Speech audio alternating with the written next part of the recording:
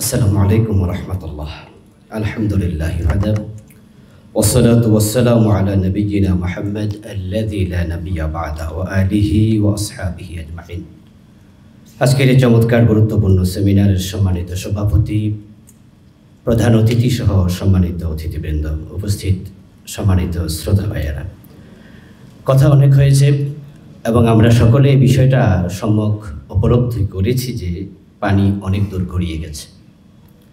সর্বশেষ গত কয়েকদিন আগে প্রধানমন্ত্রীর মুখ থেকে আমরা শুনে অনেকটাই শঙ্কাবোধ করছি যে বাংলাদেশ নিয়ে গভীর ষড়যন্ত্র, বিশেষ করে পার্বত্য এলাকাকে খ্রিস্টান রাজ্য করার জন্য যে পরিকল্পনা অনেক আগ থেকেই হয়ে আসছে। আমাদের মুসা হাফিজ ভাই এবং আমাদের ডক্টর খালিদ স্যার যে তথ্যগুলো দিয়েছেন, আসলে শঙ্কিত না হয়ে কোনো উপায় নেই।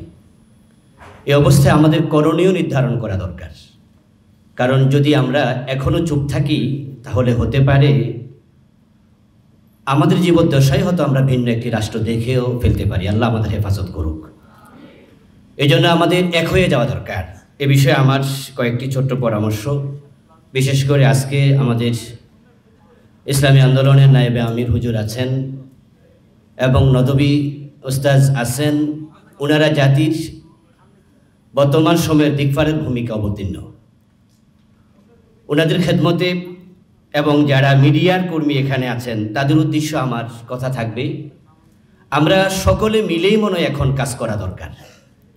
শুধু আলেম ওলামাদের এই জাতীয় ছোট্ট সেমিনার দিয়ে এত বড় ষড়যন্ত্র প্রতিরোধ করা আদৌ সম্ভব নয়। সেই জন্য এখন প্রয়োজন জাতীয় ঐক্যের।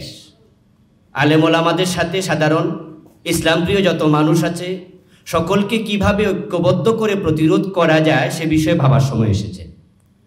এই জন্য আমি মনে করি যারা বোদ্ধা আছেন তারা এই বিষয়ে পরবর্তীতে ভূমিকা রাখবেন। জাতীয় ঐক্যের ডাক দেওয়ার বিকল্প নেই। ওলামায়ে কেরাম, আমাদের হাতে খুব কিছু নেই, কারণ আমাদের সোশ্যাল মিডিয়ায়, ইলেকট্রনিক মিডিয়া বলেন, প্রিন্ট মিডিয়া বলেন, আমাদের হাতে এখন কিছু নেই। তবে আমাদের হাতে বাংলাদেশে 3.5 লাখ মসজিদে জুমার মিম্বার আছে এবং সেদিন কিন্তু বাংলাদেশের মোটামুটি বলা চলে 8 থেকে 9 কোটি মুসলমান কিন্তু আমাদের সামনে থাকে জুমার 1 ঘন্টায়। এই জন্য আমার মনে হয় এই বড় ষড়যন্ত্রের বিরুদ্ধে জুমার মিম্বার থেকে জাতিকে জাগিয়ে তোলা দরকার এবং আমরা কথা বলতে পারি, ইচ্ছা করলে 5 মিনিট হলেও। এরপরে সোশ্যাল মিডিয়া যথাযথ ব্যবহার করা দরকার। আমাদের হাতে এখন ফেসবুক আছে, এক একটা মিডিয়া। আগে আমরা টেলিভিশনের দিকে তাকিয়ে থাকতাম সংবাদ দেখার জন্য, আর এখন টেলিভিশন সাংবাদিকরা তাকিয়ে থাকে ফেসবুক দেখার জন্য। তা আমার মনে হয় আমরা জাতির এই দুর্দিনে খ্রিস্টান রাজ্য গড়ার ষড়যন্ত্রের বিরুদ্ধে ফেসবুককে এক একটা মিডিয়া বানিয়ে ফেলতে পারি এবং আমরা প্রত্যেকের সামর্থ্যের আলোকে কিছুটা হলেও লিখতে চাই। 3 নম্বর প্রস্তাবনা, পার্বত্য চট্টগ্রামের যে অঞ্চলটাকে নিয়ে খ্রিস্টান রাজ্য করার ষড়যন্ত্র চলছে, সে অঞ্চলে ইসলামী শিক্ষার প্রসার দরকার। আমাদের একাধিক বক্তা বলেছেন যে শিক্ষার অভাবে 500 টাকার কাছে ইমান বিক্রি করে দিচ্ছে, অথচ আমরা তো বেলালের উত্তরসূরি। আমাদের তো গলায় রশি লাগাইলো ইমান থেকে 1 চুল পরিমাণ সরার কথা ছিল না। ইসলামী শিক্ষার বড় অভাব। এই জন্য ইসলামী ফাউন্ডেশনকে কাজে লাগিয়ে সেখানে বেশি বেশি মক্তব প্রতিষ্ঠা এবং মসজিদ ভিত্তিক বয়স্ক ইসলামী শিক্ষা চালু করা যায় কিনা এ বিষয়ে আমাদের একটু ভাবা দরকার।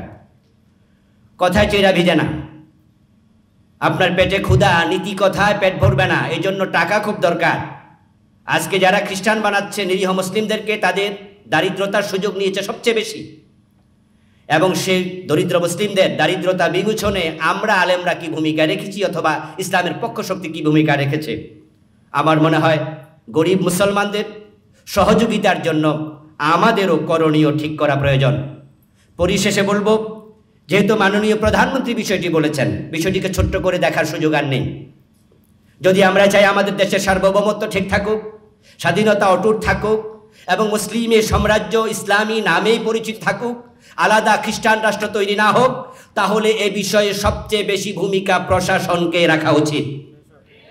এজন্য আমি বলবো, মাননীয় প্রধানমন্ত্রীর ঘোষণার আলোকে খুব সময় নষ্ট না করে অনতি বিলম্বে আমাদের ডিএসবি, এনএসআই সহ যত আমাদের মিডিয়া আছে, সেল আছে, গোয়েন্দা বিভাগ আছে, সকলকে ভূমিকা রেখে এর পিছনে কারা কাজ করছে, বিশেষ করে খ্রিস্টান এনজিওগুলোর ব্যাপারে সবচেয়ে শক্ত ভূমিকা প্রশাসনকে রাখার আহ্বান রাখে আমি শেষ করছি। আসসালামু আলাইকুম ওয়া রাহমাতুল্লাহ।